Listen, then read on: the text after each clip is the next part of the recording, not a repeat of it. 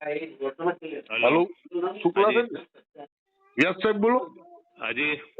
સાહેબ, જુનાગઢ થી નિખિલભાઈ ચૌહાણ વાત કરું છું. હા. હવે અમારે એક આંબેડકર હોસ્ટેલ કન્યા શાળા છે ને, અમારે આંબેડકર હોસ્ટેલ, હા. એમાં કાલનો એક બનાવ બન્યો છે. હા. જે દીકરીઓને ઈયળ વાળું અને ખરાબ ભોજન પીરસવામાં આવતું હતું, એનું એક મોટું આંદોલન છે. અને અત્યારે તમારી ટીમ છે એ અહીંયા ફૂડના નમૂના લેવા આવી છે, બરોબર? હવે સાહેબ, અમારી પાસે પાકા પ્રૂફ છે, એના વિડીયો રેકોર્ડિંગ છે કે જે રાત્રે જે ફૂડ હતું ને, બરોબર, હવે એ ફૂડ તો ગમીને બહાર જીપમાં નાખીને મોકલી દેવામાં આવ્યું છે.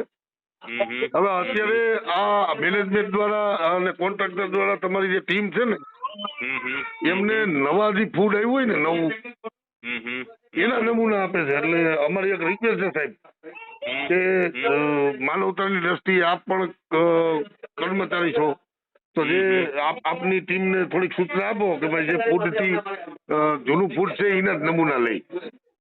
નવામાં તો સાહેબ મારી વાત આપણે ફૂડ બદલાવી નાખ્યું, જે બનાવ બન્યો ને એ ફૂડ બદલાવી નાખ્યું અને હવે નવા ફૂડના નમૂના આપે છે, તો એ કેટલી વ્યાજબી છે?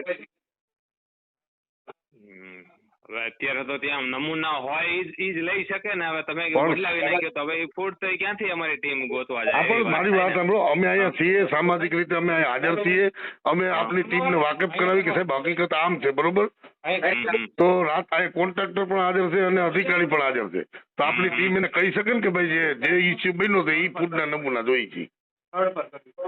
આ બધી પેરિશેબલ આઈટમ હોય, હું એમને સૂચના આપું છું, બરાબર, યોગ્ય કાર્યવાહી કરે. નહીં સાહેબ, યોગ્ય મારી વાત સાંભળો, તમે જેમ કહેશો ને એમ જ એવું નહીં કરી શકે. પણ મારી વાત સાંભળો, અમારો પ્રશ્ન તો એટલો જ છે કે જે ખરાબ ફૂડ હતું ને, જે ફૂડમાંથી ઇસ્યુ બન્યો છે એ જ ફૂડના નમૂના લઈ, નવા ફૂડના નમૂના લઈને તો કઈ સાહેબ ફાયદો નથી. એટલે અમારી રિક્વેસ્ટ છે તમને, અને તમારી ટીમને સૂચના આપો, અને અહીંયા બધા અધિકારીઓ અવેલેબલ જ છે, અને એને કે આપણે રજૂ કરશે.